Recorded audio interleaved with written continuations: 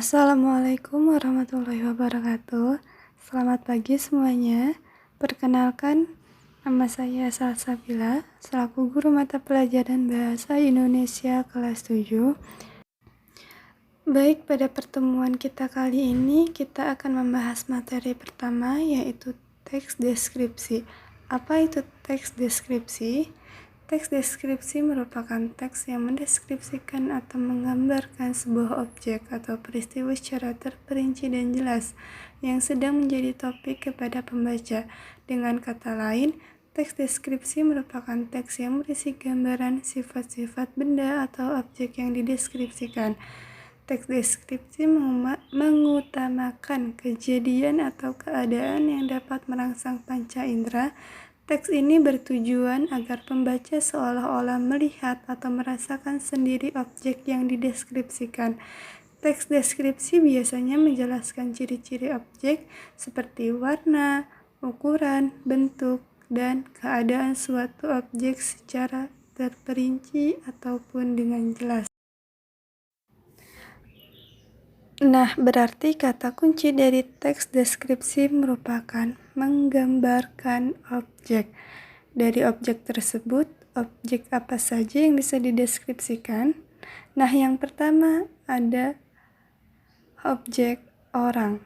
Kita bisa mendeskripsikan objek orang seperti ayah, ibu, nenek, kakek, kakak, adik, dan masih banyak lagi.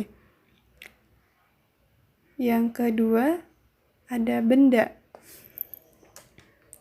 Kita bisa mendeskripsikan objek benda seperti boneka kesayangan kita, mainan, tas, dan masih banyak lagi. Yang ketiga adalah tempat.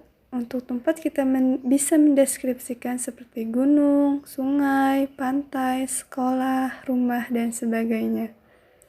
Lalu ada ciri-ciri teks deskripsi. Ciri-cirinya sebagai berikut. Yang pertama, menggambarkan suatu objek seperti benda, suasana tertentu, atau tempat. Yang kedua, penggambaran dilakukan dengan melibatkan kesan indera citraan atau pendengaran, penglihatan, pengecapan, penciuman, dan perabaan. Yang ketiga ada membuat para pembaca dapat merasakan sendiri atau mengalaminya.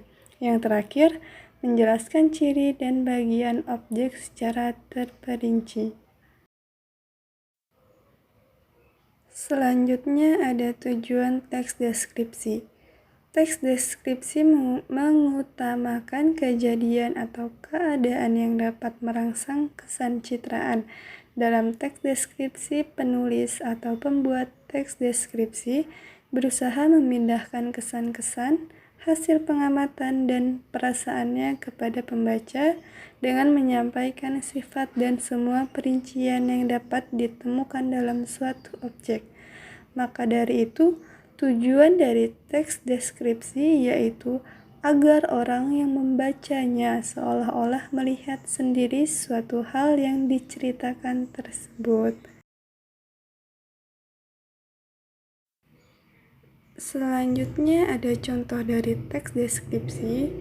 Ibu mengambil contoh ini dari buku LKS. Yang sudah mempunyai buku LKS silahkan dibaca pada halaman 4. Nah, di sini ada tari gambyong. Tari gambyong adalah tarian untuk menyambut tamu atau mengawali suatu resepsi perkawinan. Tarian ini dinamai sesuai dengan nama penari yang bernama Gambyong. Penari ini hidup pada zaman Sunan Bakubuwana keempat di Surakarta. Dia mahir dalam menari dan memiliki suara merdu, sehingga menjadi pujaan kaum muda pada zaman itu. Koreografi tari gambyong sebagian besar berpusat pada penggunaan kaki, tubuh, lengan, dan kepala. Penari tidak hanya lentur tubuhnya, tetapi juga harus terampil. Ada berbagai gerak dalam tari gambyong.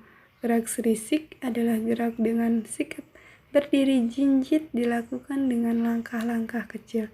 Nacah miring yaitu kaki kiri bergerak ke samping, bergantian disusul dengan kaki kanan diletakkan di depan kaki kiri.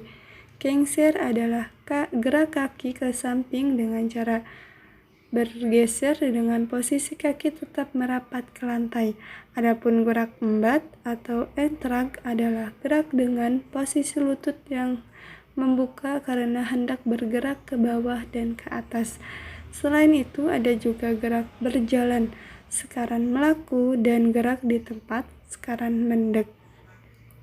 Nah, dalam contoh teks deskripsi tari gambyong di sini dideskripsikan semuanya agar para pembaca bisa merasakan atau melihat bagaimana cara menari tari gambyong yang benar. Nah, mungkin segini saja penjelasan Ibu pada materi hari ini.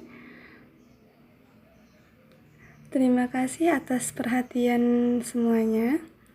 Akhir kata, wassalamualaikum warahmatullahi wabarakatuh.